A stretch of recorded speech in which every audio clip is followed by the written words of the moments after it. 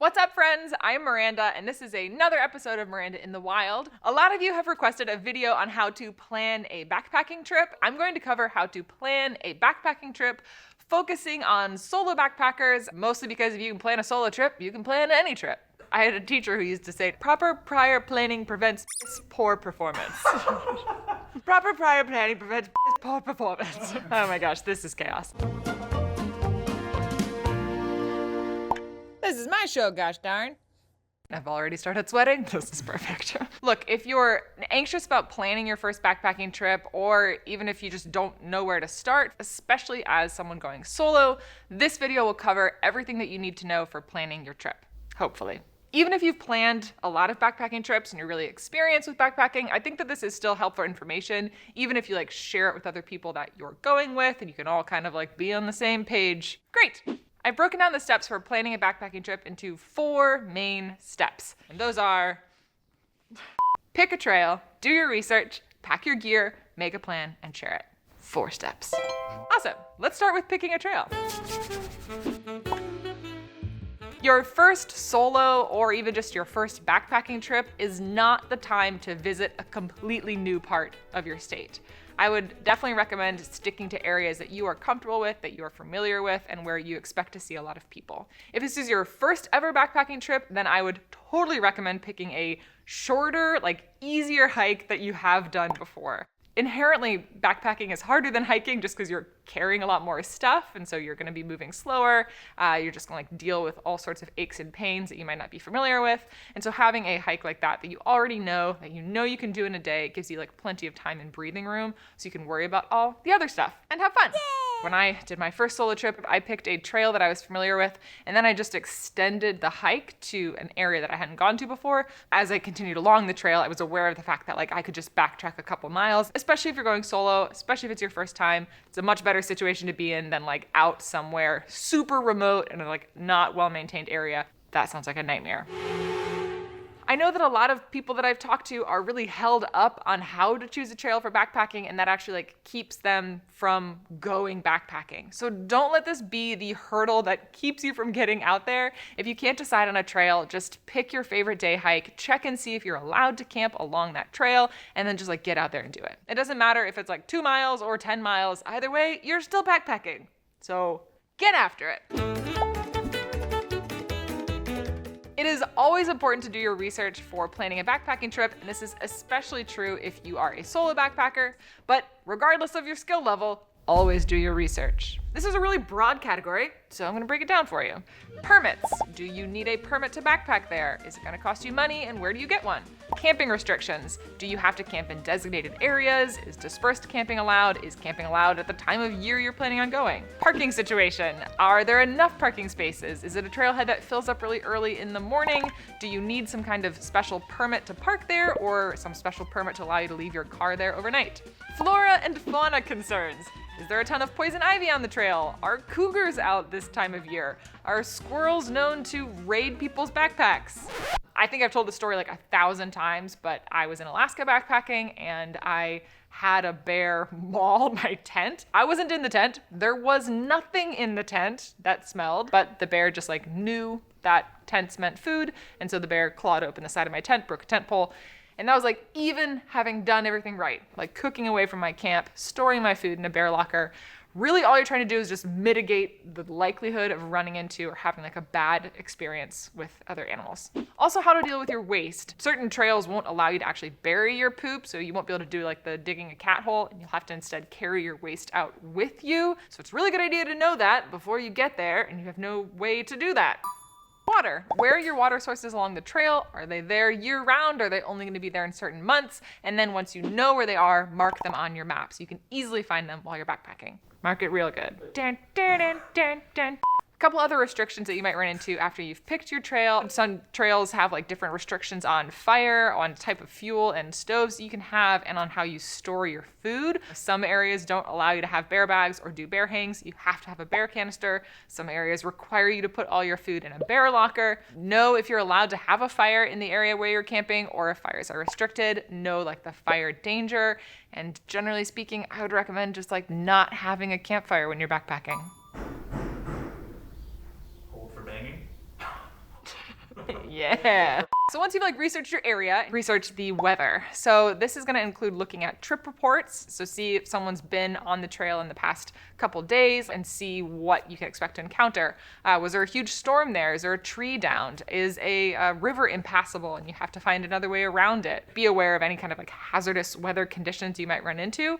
Are you choosing to do this trail in the middle of a flood season? And is it the right place to be in the middle of a flood season? Research your weather, know the weather conditions, and I would recommend doing this for all times of year. There was a time that it was early summer, I guess, and it was really cold on this side of the mountains, and I wanted to do a backpacking trip on the other side of the mountains and didn't realize that it was going to be 95 degrees over there. Proper prior planning prevents poor performance. So research the weather. After you've researched the weather, you should always pack a rain jacket. Always. If you don't pack a rain jacket, it will rain. It doesn't matter if it's a 0 chance of rain. If you don't have a rain jacket, it will rain.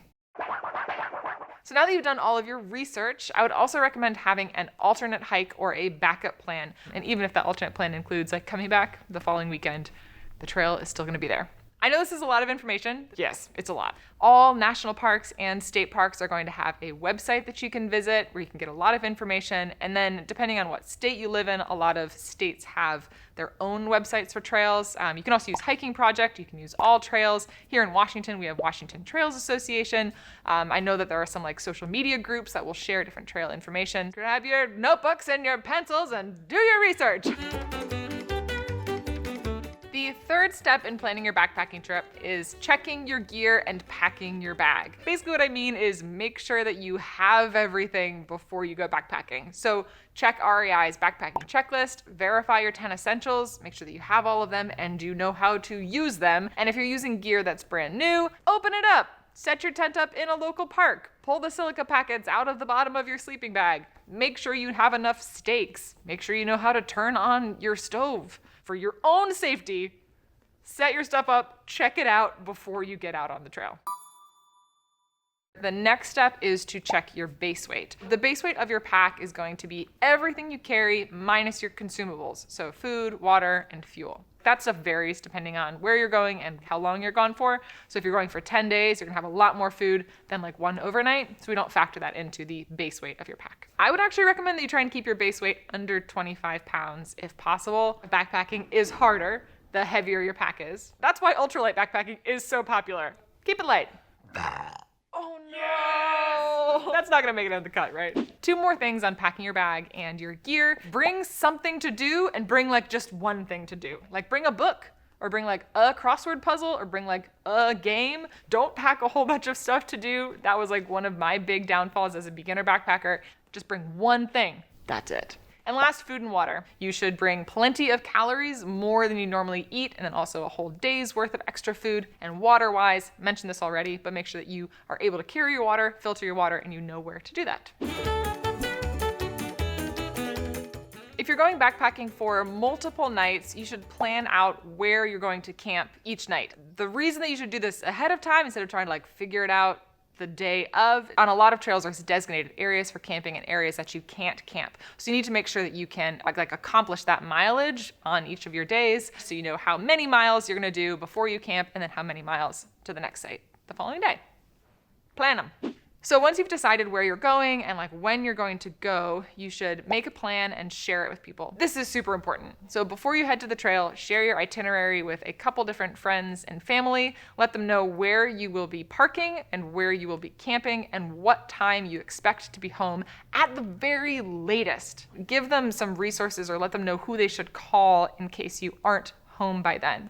Part of this is also letting people know as soon as you're back in service that you are safe. So they don't call search and rescue when you're home in your bed enjoying a burger. If people don't know that you're out camping, then no one's gonna know if you're missing. I cannot stress this enough. And then also leave a copy of your itinerary in your car.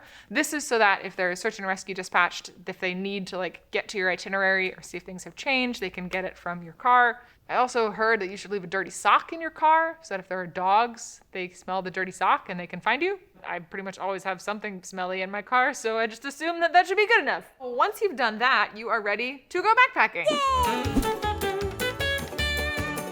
If you're concerned about your safety, one thing that you might want to consider carrying is a personal locator beacon or a satellite messenger like this one. This is the Garmin InReach Mini. This is a satellite messenger. You absolutely do not need a personal locator beacon or a satellite messenger for backpacking. They're expensive. Just know that these exist. Know that there are satellite messengers that will allow you to send messages, whether it's like an emergency use or just like message people back at home without having cell service. A couple other like safety tips. Start slow and like maintain a pace that you're comfortable with. I think that this is something that a lot of like first-time backpackers kind of forget. There's no rush. As long as you have enough like daylight to get somewhere, just like take your time and go at a manageable pace. Also, while you're hiking, make eye contact with everybody. You don't have to have a full-blown conversation with them. That's generally not wanted. Just look at people.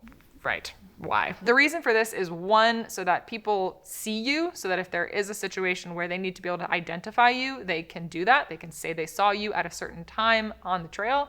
And it's also so that you can identify them by like making eye contact with somebody and showing that you see them. Really, you're just trying to make yourself memorable. Aren't we all just trying to make ourselves memorable? Yeah, and trust your instincts. So if something or someone makes you uncomfortable, then leave that area. You don't need to question whether or not you're overreacting. As a solo backpacker, one thing that I have found to be helpful is to like find another group of people that's close by. As a woman, I'll generally look for other groups of women that are backpacking or groups that have women in them, say hello, and then camp nearby. There are some like awesome self-defense classes for women that are specifically geared towards like the outdoors and towards like wilderness safety. I think this is a great way to just be like armed with self-defense knowledge. Just putting this out there. Also, while you're on your hike and like while you're sleeping, stay calm at night. There are a lot of like noises that you might hear that you're not familiar with, or even if you've been with other people, you might have like been talking and not been as like aware of your surroundings. So try and stay calm. Not every like twig breaking is Bigfoot.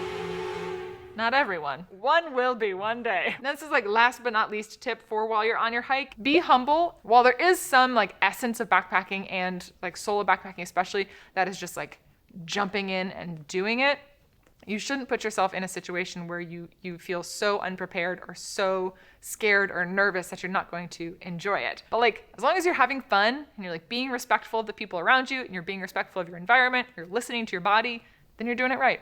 Planning a backpacking trip, especially a solo backpacking trip, gets easier every time you do it. So as long as you are well planned and well prepared and enjoying yourself, you're doing it right.